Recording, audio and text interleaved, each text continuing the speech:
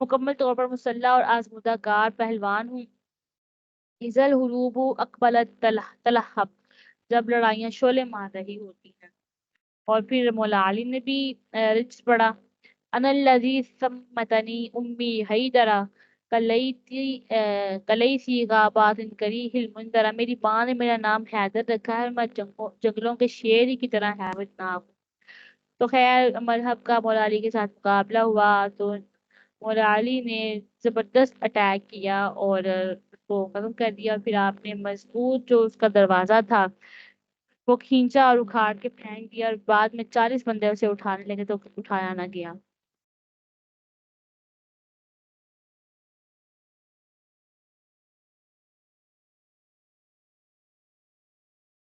تو حضرت علی کے ہاتھوں سے مذہب کی موت ہوئی تو اس کی بہن اور بعض روایات کے مطابق بھتیجی نے انتقام لینے کا سوچا، اور اس نے ایک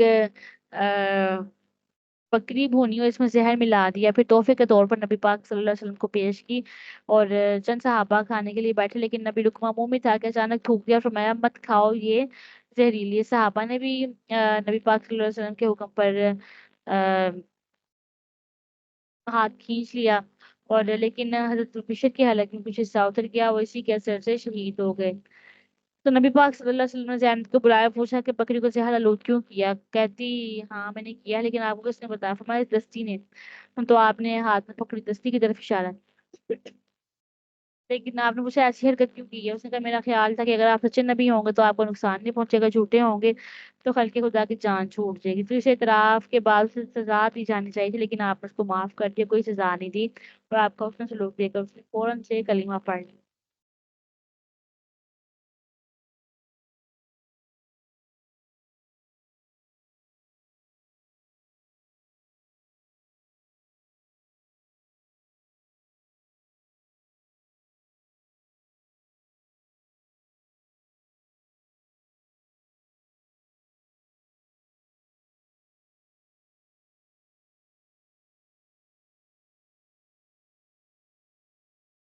اس کے بعد جب خیبر فتح ہو گیا تو اس کے ساتھ جو ملکہ آبادیاں زمینیں بھی مفتوح ہو گئی، انہیں زمینوں میں وہ باغ بھی تھے جو باغ فتح کے نام سے مشہور ہے۔ نبی پاک صلی اللہ علیہ وسلم نے اس کو اپنے گھریلو مصارف کے لیے مختص کیا تھا۔ اچھا زینب کے بارے میں نا ایک قول یہ بھی آتا ہے کہ وہ مسلمان نہیں ہوئی تھی، تو نبی پاک صلی اللہ علیہ وسلم نے اس کو بشر کی قصاص مقتل کرا دیا تھا، دونوں طرح کی روایات موجود ہیں۔ تو نبی پاک علیہ السلام نے اب جو اس کو اپنی ضروریات اور گھریلو مصارف کے لیے مختص کیا تھا، اور اس کی آمدنی کا بڑا حصہ غرباء، مساکین اور بیواؤں اور یتیموں کی امداد اور تعاون پر صرف ہوتا تھا۔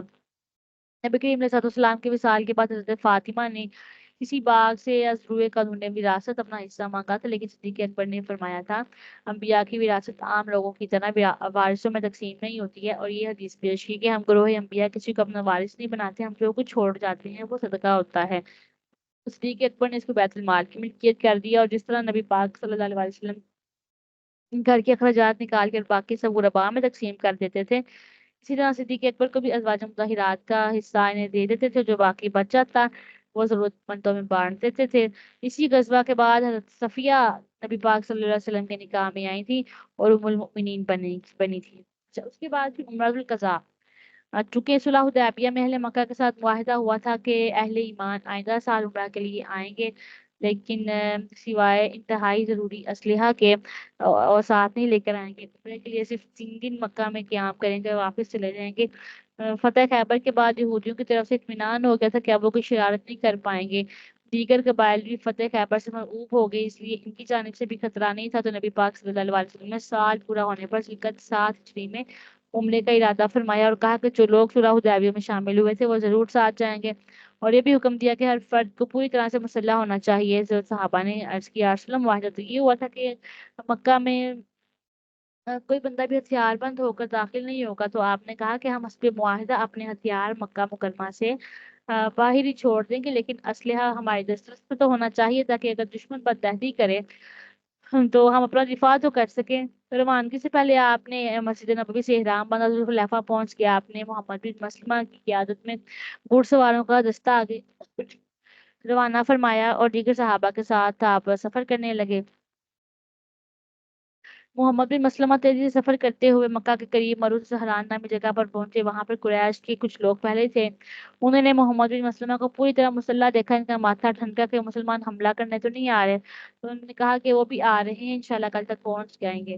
تو یہ دیکھ کر پھر، جو مشرکین کو ہو گیا کہ بھئی یہ تو اپنا اسلحہ لے کر حملہ ہی کرنا چاہتے ہیں، تو وہ لوگ جلدی سے گئے اور اہل مکہ کو کہا کہ وہ محمد اور اس کے ساتھی پوری طرح سے مسلح ہو کر آ رہے ہیں، تو ان قریب یہاں پہنچنے والے ہیں۔ وہ بے شک بہت دشمن تھے، لیکن اس بات کے اعتراف تھے کہ رسول اللہ صلی اللہ علیہ وسلم وعدہ خلاف نہیں ہے۔ تو وہ کہنے لگے کہ یہ کیسے ہو سکتا ہے کہ محمد ہم پر حملہ کر دیں، حالانکہ ہم پوری طرح سے معاہدے پر قائم ہیں، تو وہ کیسے ہم پر اٹیک کر سکتے ہیں؟ تو صحیح صورتحال معلوم کرنے کے لیے انہوں نے مقرس کو بھیجا۔ مقرس سے ملاقات کی اور کہا کہ اے محمد صلی اللہ علیہ وسلم، ہم نے آپ کی طرف سے کبھی وعدہ خلافی نہیں کی، تو آپ اب مسلح ہو کر داخل ہو رہی ہیں؟ تو آپ نے کہا نہیں، میں اپنے وعدے پر قائم ہوں، ہم اسلحہ لے کر مکہ میں نہیں آئیں گے۔ مقرس نے آپ کی بات مان لی ہے، واپس جا کر مکہ کو تسلی دی کہ فکر کی کوئی بات نہیں ہے، وہ صرف عمرے کے لیے آئے ہیں اور اسلحہ سمیت مکہ میں داخل ہونے کا کوئی ارادہ نہیں ہے۔ تو اس طرح سے اہل مکہ مطمئن ہو گئے، ان کی پریشانی دور ہوگی۔ تو نبی پاک صلی اللہ علیہ وسلم نے حسب وعدہ تمام ہتھیار مکہ سے باہر ہی چھوڑ دیے، ان کی حفاظت کے لیے 200 بندے مقرر فرمائے اور باقی صحابہ کے ساتھ مکہ چلے گئے۔ اب مکہ آپ کا آبائی شہر تھا، یہاں پر آپ کا بیشتر حصہ بسر ہوا تھا، پھر ایک وقت پر آپ کو یہ شہر دلاویز چھوڑنا پڑا۔ اس وقت آپ اس قدر گرفتار تھے کہ کعبہ معظمہ پر الوداعی نظر ڈالتے ہوئے اشکبار ہو گئے تھے۔ اب 7 سال بعد اللہ کے گھر کا طواف کر رہے تھے، قصوہ پر کر رہے تھے، اور صحابہ نے آپ کو ایسے گھیر رکھا تھا جیسے شمع کے گیت پروانے ہوتے ہیں، سب کی زبانوں پہ لبیک اللہم لبیک تھا۔ اور مشرکین آپ کو اس وقت منع تو نہیں کر سکتے تھے، کیونکہ گزشتہ سال انہوں نے خود ہی لکھ دیا تھا کہ آئندہ برس اہل ایمان آ کر تو عمرہ کر سکتے ہیں۔ تاہم حسد کی وجہ سے وہ بڑے پریشان تھے کہ یہ تو شہر چھوڑ کے چلے گئے تھے، اور اب یہ کس طرح سے آ رہے ہیں۔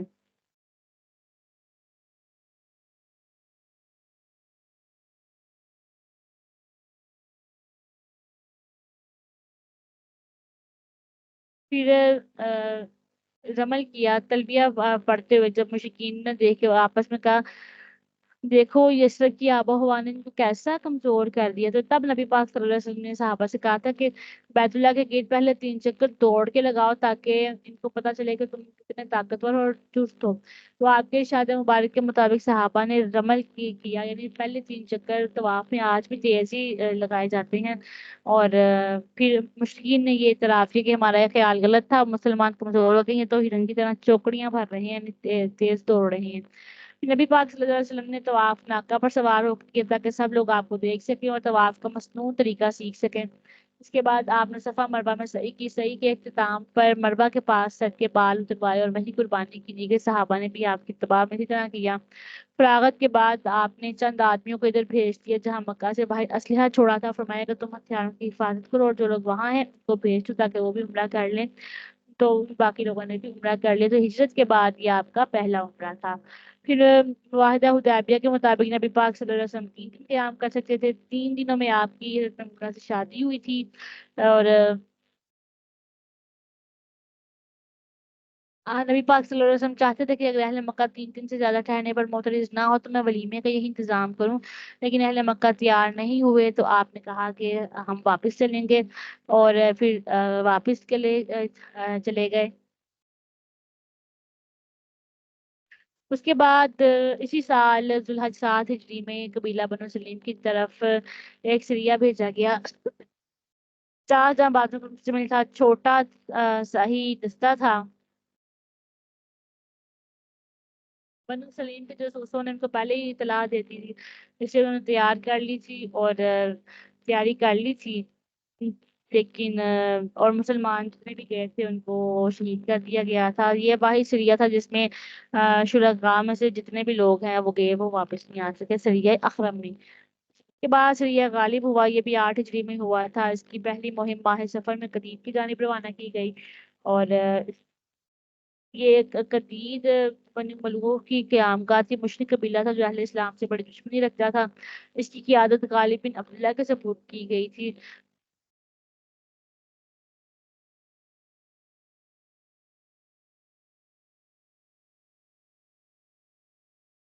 اور اس سریہ میں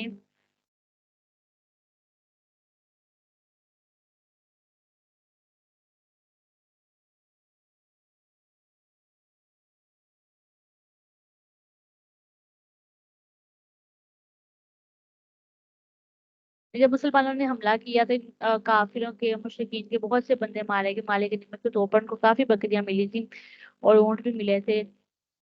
اور جب پھر مسلمان واپس آنے لگے تو اس قبیلے نے دوبارہ تعاقب کرنا شروع کر دیا۔ تو مسلمانوں پھر اپنی تیز رفتاری کے ساتھ نا وہ واپس بھاگ گئے تھے، کیونکہ ان کی دشمنوں کی تعداد کافی زیادہ تھی۔ پھر سریہ موتا ہوا تھا، جو کہ غزوہ موتا کے نام سے مشہور ہے۔ موتا شام کے شہر کا نام ہے۔ اس کا سبب یہ بنا تھا کہ نبی کریم صلی اللہ علیہ وآلہ وسلم نے حضرت حرس بن عمیر ازدی کو اپنا خط دے کر حاکم بصرہ کی طرف بھیجا تھا۔ موتا بصرہ کے راستے میں پڑتا ہے۔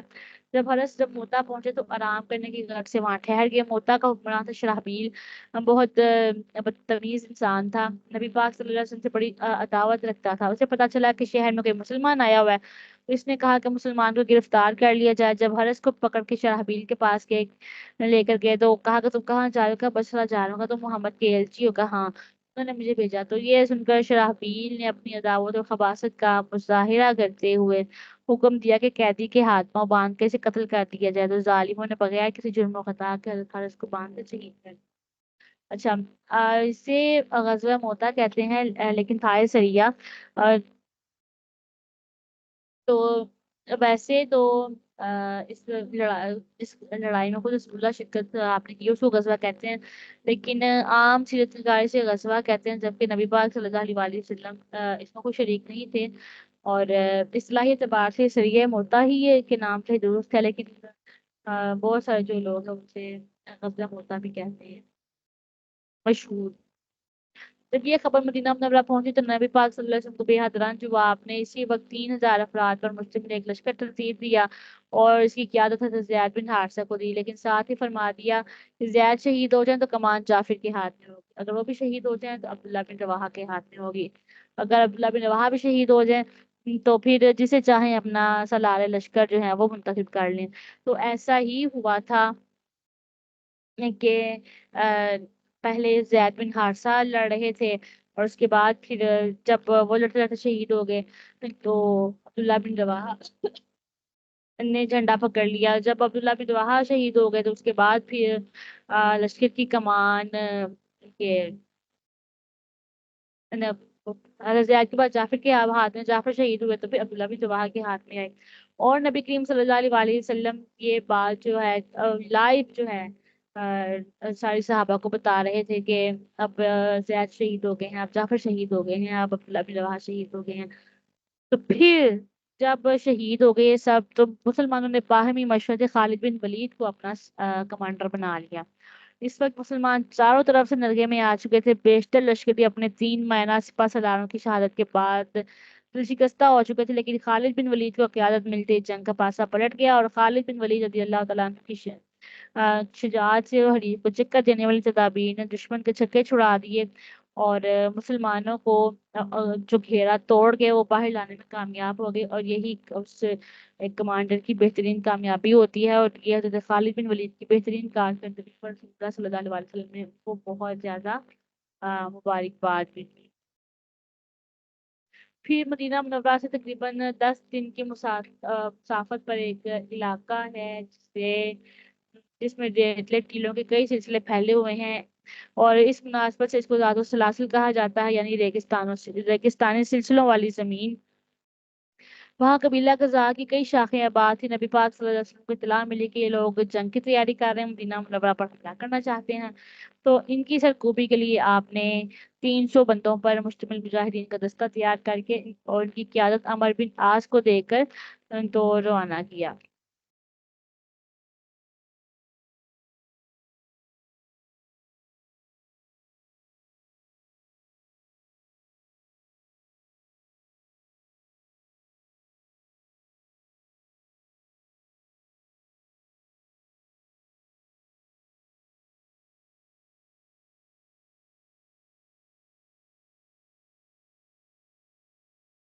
پھر اگلا سریہ تھا سیف البحر، سیف تلوار کو کہتے ہیں اور کنارے کو بھی کہتے ہیں، یہاں پر کنارے کا معنی مراد ہے، یعنی وہ سریہ جو ساحل سمندر کی طرف بھیجا گیا ہے۔ رجب 8 ہجری کو 300 بندوں پر مشتمل یہ مہم تھی، حضرت ابو عبیدہ کی قیادت میں روانہ ہوئی تھی۔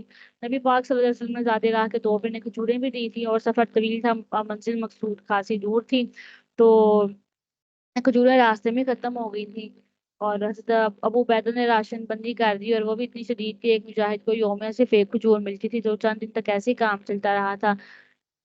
پھر مجاہدین درختوں کے پتے کھانے پر مجبور ہو گئے تھے، تو غذائی قلت کے اعتبار سے یہ ایک یادگار مہم تھی۔ اس سریہ میں دشمن سے آمنا سامنا نہیں ہوا تھا، اس لیے مجاہدین جنگ سے دوچار ہوئے بغیر ہی مدینہ منورہ واپس آ گئے تھے۔ اور روایات میں ایک وہ مچھلی والا واقعہ وہ ہے کہ بہت بڑی مچھلی جو تھی وہ سمندر نے باہر پھینکی تھی، اور وہ اتنی بڑی تھی کہ 300 مجاہدین 15-20 دن تک اس کا گوشت کھاتے رہے تھے، تیل نکال کے استعمال کرتے رہے تھے، اور جب صرف ہڈیاں رہ گئی تو اس کے بڑے ہونے کا اندازہ ایسے کر سکتے ہیں کہ ابو عبیدہ نے ایک کمان نما کانٹا زمین پر رکھا، اور اس کے نیچے سب سے بڑے اونٹ کے اوپر بلند قامت بندے کو سوار کر کے گزارا۔ تو اتنی بڑی مچھلی تھی، تو آپ نے تھوڑی سی جو مچھلی تھی وہ رکھی بھی، اور وہ صحابہ کرام جب واپس گئے تو نبی پاک صلی اللہ علیہ وسلم کو تمام جو یہ واقعہ ہے وہ بتایا۔ پھر سریہ ادم ہوا تھا، اور یہ مدینہ منورہ کے قریب اور سبز و شاداب وادی کا نام ہے۔ رمضان 8 ہجری کو حضرت ابو قتادہ کی قیادت میں چھوٹی سی مہم وہاں کے باشندوں کی طرف بھیجی گئی تھی، وہ لوگ مقابلے کے لیے نہیں آئے تھے، اس سے دشمن سے آمنا سامنا نہیں ہوا تھا۔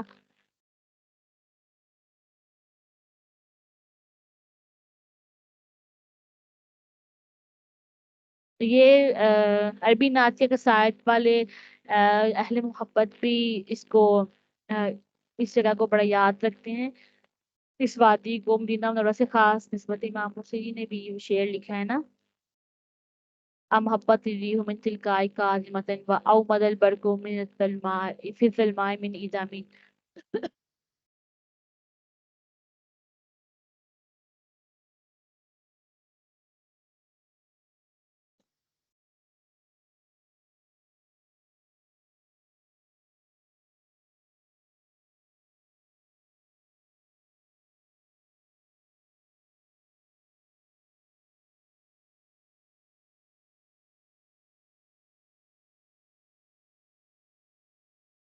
اس کے بعد پھر فتح مکہ کا موقع آن پہنچا۔ فتح مکہ نبی پاک صلی اللہ علیہ وسلم کی مسلسل آ، اور جاں گسل کوششوں کا عظیم ثمرہ اور خوشگوار نتیجہ ہے۔ آج سے 8 سال پہلے آپ کو اشک بار آنکھوں کے ساتھ اس شہر کو چھوڑنا پڑا تھا، اور اس کے چپے چپے پر اب آپ نے اللہ کی برطانت اور کبریائی کا اعلان کرنا تھا۔ لیکن اس میں رکاوٹ یہ تھی کہ حدیبیہ میں صلح کا جو معاہدہ ہوا تھا اس کا وقت ابھی باقی تھا، اور مسلمانوں کی طرف سے کوئی پیش رفت یا عہد خلاف بھی ہوتی تو اس میں اہل ایمان اس کا تصور بھی نہیں کر سکتے تھے۔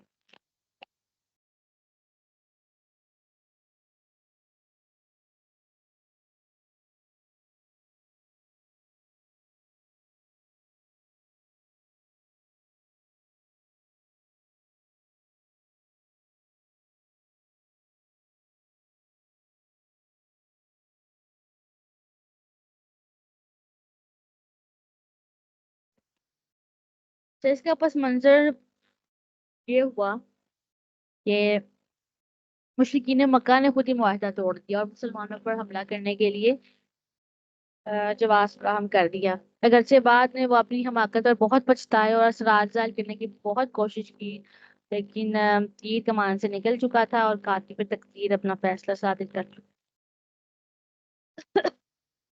مکہ کے گرد و نواح میں جو قبائل آباد تھے ان میں سے دو قبیلے ایسے تھے جن کی پرانی دشمنی چلی آ رہی تھی۔ ایک قبیلہ بنی بکر تھا، دوسرا تھا خزاع۔ خزاع کے آباء و اجداد نے نبی پاک صلی اللہ علیہ وسلم کے دادا جان عبد المطلب کے ساتھ دوستی اور تعاون کا ایک کلیدی معاہدہ کیا ہوا تھا۔ کا خلاصہ یہ تھا کہ ہمارے درمیان اللہ کے عہد و میثاق اور ایسا قول و قرار جو ہمیشہ یاد رکھا جائے گا، یعنی ہمارا ہاتھ ایک ہوگا اور مدد ایک ہو، یعنی ایک فریق نے کسی شخص یا قبیلے کے ساتھ نصرت اور مدد کا وعدہ کر لیا ہے تو دوسرے فریق پر بھی اس کے عہد کی پاسداری لازم ہے۔ یہ قدیمی دستاویز خزاع کے پاس ابھی بھی محفوظ تھا، جب حدیبیہ کے مقام پر صلح کا معاہدہ ہوا تو اس میں ایک شک یہ بھی تھی کہ فریقین یعنی محمد اور قریش کے علاوہ دیگر قبائل خود مختار ہوں گے اور جس فریق کے ساتھ چاہیں شامل ہو سکیں گے صلی اللہ علیہ وسلم۔ تو خزاں نے نبی پاک صلی اللہ علیہ وآلہ وسلم کے روبرو وہی تحریری معاہدہ پیش کیا جن کے آباء و اجداد اور حضرت عبد المطلب کے درمیان طے پایا تھا، اور خواہش یہ ظاہر کی کہ ہم آپ کے حلیف بننا چاہتے ہیں۔ آپ کو کیا اعتراض ہو سکتا تھا؟ آپ نے بخوشی اجازت دے دی اور خزاں آپ کے حلیف بن گئی۔ بنی بکر نے یہ صورتحال دیکھی تو وہ قریش کے حلیف بن گئے۔ اس طرح خزاں پر وہ تمام پابندیاں عائد ہو گئیں جو کہ معاہدے کی روح سے مسلمانوں پر عائد ہوتی تھیں، اور بنی بکر بھی ان تمام شرائط کے پابند ہو گئے جن کے قریش پابند تھے۔ تو معاہدے کے بعد صلح اور امن و راشدی کا دور دورہ تھا، تمام فریقین سکون کی زندگی بسر کرنے لگے تھے۔ تو اس دوران مسلمانوں سے رابطے کی وجہ سے خزاں کے تو بہت سے بندے مسلمان ہو گئے، لیکن بنی بکر قریش کے ساتھ تعلق کی وجہ سے کفر پر اڑے رہے، اور لیکن کافی عرصے تک دونوں قبیلے معاہدے کے پابند رہے اور ایک دوسرے کو نقصان پہنچانے سے باز رہے۔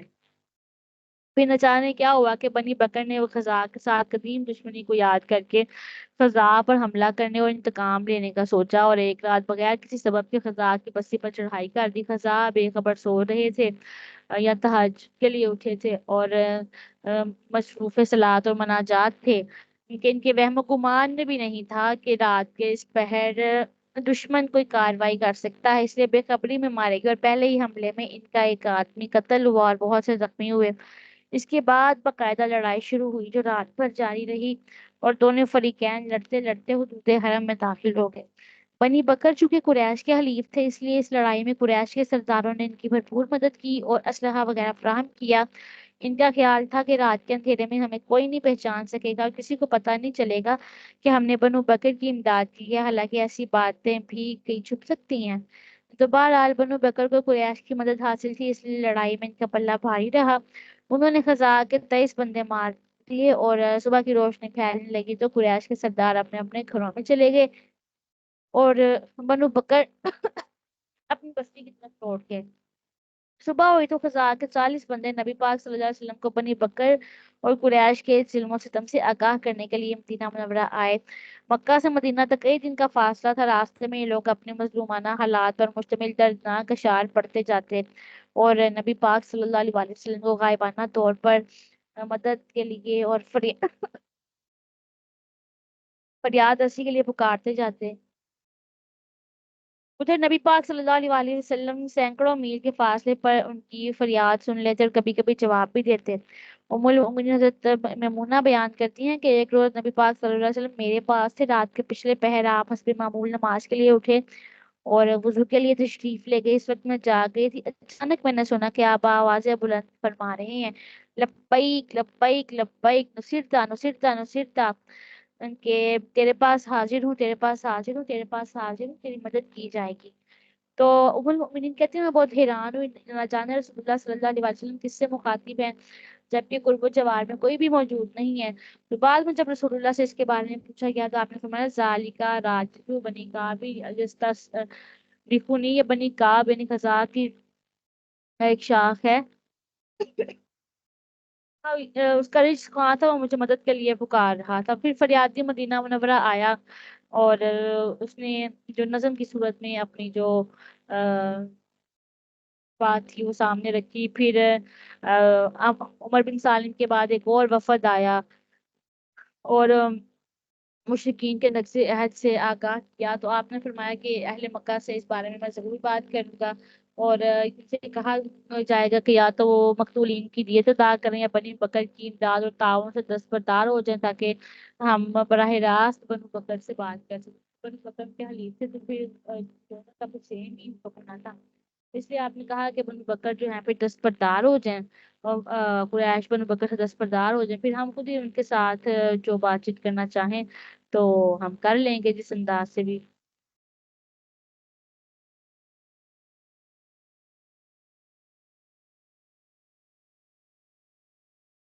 اور اگر یہ دونوں باتیں منظور نہیں ہیں تو پھر ہم بھی معاہدے کی پابندی نہیں کریں گے۔ اور تو نبی پاک صلی اللہ علیہ وسلم نے اپنا قاصد بھیجا اور اہل مکہ کہنے لگے کہ ہم نہ تو دیت دیں گے نہ بنو بکر کا ساتھ چھوڑیں گے، اور اگر اس وجہ سے معاہدہ ختم ہونا ہے تو ہو جائے۔ اب جوش میں آ کے انہوں نے معاہدہ تو ختم کر دیا، لیکن قاصد کی واپسی کے بعد ان کا احساس ہوا ہم نے تو بڑی بڑی بیوقوفی کی ہے، کیونکہ اگر انہوں نے ہم پر چڑھائی کری تو ہم اب کیا کریں گے۔ اب انہوں نے پھر تلافی کے لیے ابو سفیان کو بھیجا کہ وہ معاہدے کی تجدید کی کوشش کریں۔ ابو سفیان کے انتخاب کی وجہ یہ تھی کہ نبی پاک صلی اللہ علیہ وسلم کی صاحبزادی، نبی پاک صلی اللہ علیہ وسلم کے نکاح میں ابو سفیان کی صاحبزادی حبیبہ تھی۔ لیکن ابو سفیان جب اپنی بیٹی کے پاس گئے تو وہاں ان کے پاس بستر بچھا تھا، اس پر بیٹھنے لگے تو حبیبہ فوراً آگے بڑھی، بستر لپیٹ کر ایک طرف کر دیا۔ ابو سفیان کو بڑی حیرت ہوئی کہ میری بیٹی نے کیا کیا، تو کہا کہ تم مجھے اس بستر کے قابل نہیں سمجھتی، اب میری شایان شان نہیں بستر سمجھتی۔ تو وہ کہنے لگی کہ یہ رسول اللہ صلی اللہ علیہ وسلم کا بستر ہے اور آپ کے مشرک ہونے کی وجہ سے آپ نجس ہیں، اور میں آپ کو اس پاک بستر پر بیٹھنے کی اجازت نہیں دے سکتی۔ ابو سفیان کہنے لگے مجھ سے جدائی کے بعد تم بہت بڑی برائی میں مبتلا ہو گئے ہو۔ کہنے لگے نہیں ایسی تو کوئی بات نہیں، مجھے تو اللہ نے اسلام کو توفیق دی اور بڑا فائدہ دیا ہے، بڑی خیر ملی ہے۔ پھر نبی پاک صلی اللہ علیہ وسلم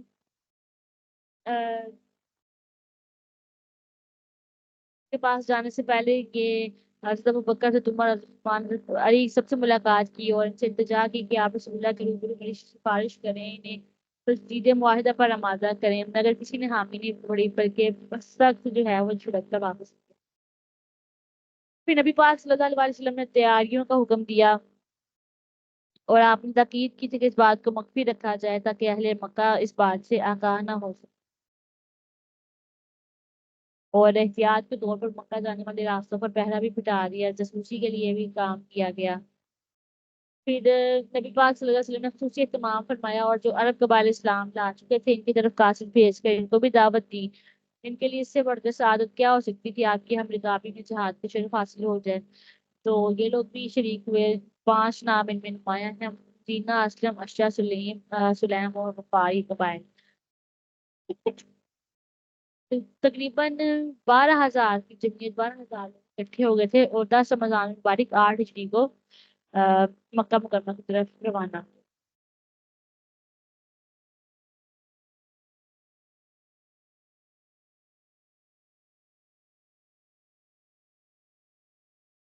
صلی اللہ علیہ وسلم مکہ مکرمہ گئے اور وہاں آپ کی ملاقات آپ کے چچا عباس سے بھی ہوئی جو ابھی تک مکہ مکرمہ میں ہی تھے۔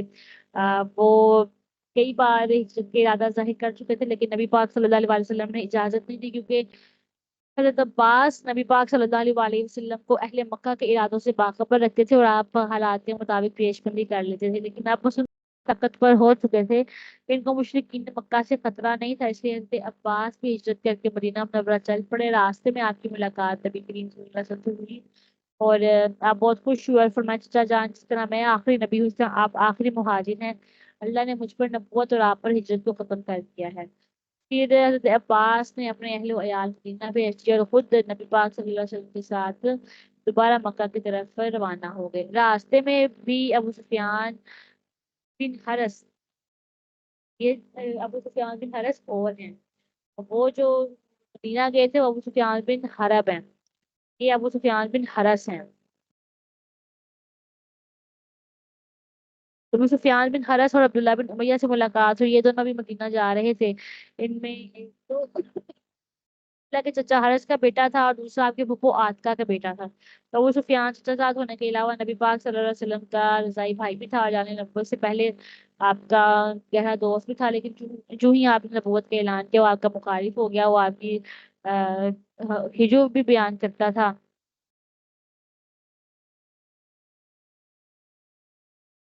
نبی پاک صلی اللہ علیہ وسلم ان دونوں سے سخت ناراض تھے، جب انہوں نے ملاقات کی خواہش ظاہر کی تو آپ نے انکار کر دی۔ پھر جب مکہ کے قریب پہنچے تو نبی پاک صلی اللہ علیہ وسلم نے مرو زہران کے قریب پڑاؤ ڈالا اور آپ نے حکم دیا کہ ہر بندہ میدان میں آگ جلائے، اس کا مطلب یہ ہوتا تھا کہ اندھیرے میں دور سے دیکھنے پر لشکر بہت بڑا نظر آئے اور دشمنوں کے دلوں پر بہت زیادہ روب پھیلے۔ پھر اہل مکہ کو پتہ چل چکا تھا کہ نبی پاک صلی اللہ علیہ وسلم ایک عظیم لشکر لے کر مکہ مکرمہ پہنچ چکے ہیں، اس سے 3 بندے ابو سفیان کی طرف کے والد اور حکیم بن حزام اور بدیل بن ورقہ صورت حال کا جائزہ لینے کے لیے مکہ سے نکلے۔ اتفاقاً نگاہ بانی پر معمور دستے کی ان پر نظر پڑ گئی، انہوں نے تینوں کو گرفتار کر لیا اور رسول اللہ کے پاس لے کر چلے گئے۔ راستے میں حضرت عباس سے ملاقات ہوئی۔ حضرت عباس اور ابو سفیان کے مکہ میں اچھے تعلقات تھے، اس لیے انہوں نے ابو سفیان اور اس کے ساتھیوں کو اپنے تحویل میں لے لیا اور رسول اللہ کے پاس لے گئے۔ جب حضرت عمر کے علاقے کے پاس سے گزرے اور حضرت عمر کی ابو سفیان پر نظر پڑی تو ان کو بڑا غصہ آیا، کیونکہ مسلمانوں کی بیشتر مشکلات کا سبب یہی تھے۔ تو ان کو دیکھتے بلند آواز میں کہا، یہ رہا اللہ کا دشمن ابو سفیان، الحمدللہ اللہ نے ان کو ہمارے قابو میں دے دیا ہے اور اب ان کا ہمارے ساتھ نہ کوئی وعدہ ہے نہ کوئی عہد ہے، اب ہم ان کو قتل کر سکتے ہیں۔ تو یہ اور بات حضرت عمر بتانے کے لیے نبی پاک علیہ السلام کے پاس جا رہے تھے، تو یہ دیکھ کر حضرت عباس تیزی سے رسول اللہ کے پاس پہنچ گیا اور کہا، حضرت عمر نے کہا، یا رسول اللہ نے دشمن خدا ابو سفیان کو ہمارے ہاتھ میں دے دیا، اس لیے آپ مجھے اجازت دیں ان کا سر قلم کر دی۔ حضرت عباس نے کہا، یا رسول اللہ میں ان کو پناہ دے چکا ہوں، لیکن حضرت عمر نے اصرار جاری رکھا تو آخر حضرت عباس کو غصہ آ گیا تو کہنے لگے، ابو سفیان میرے قبیلے کا آدمی ہے نا، اسے تم بڑھ چڑھ کر بول رہے ہو، اگر تمہارے قبیلے بنی عدی کا ہوتا تم یوں باتیں نہیں کرتے۔ تو حضرت عمر کہنے لگے، نہیں یہ بات نہیں ہے، جس دن سے آپ اسلام لائے ہیں مجھے اتنی خوشی ہوئی ہے کہ اگر میرا باپ زندہ ہوتا اور اسلام میں تب بھی اتنی خوشی نہ ہوتی۔ اس کی وجہ یہ تھی کہ جس کو رسول اللہ کو جتنی خوشی ہوئی تھی اس سے مجھے بھی خوشی ہوئی ہے۔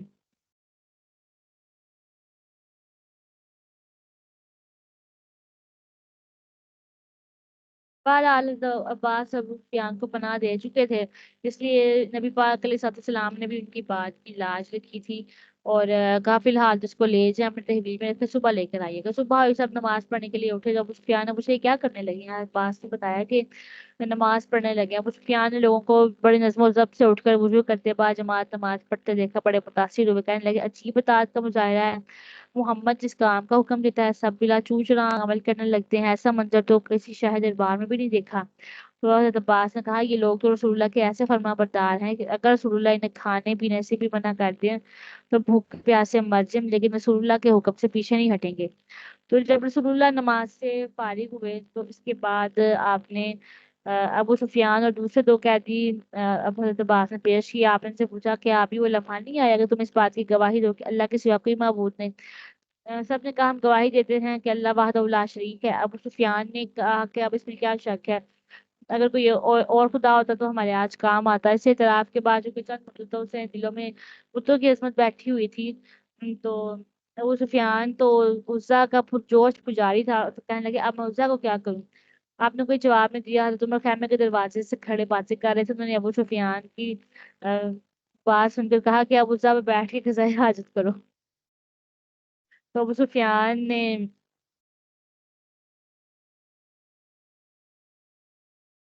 کی بات سنی تو کہا کہ عمر تو بڑے ہی بد زبان ہے۔ آپ نے بیان کہنے لگے کہ چپ کریں، مجھے آپ بات کرنے دیں۔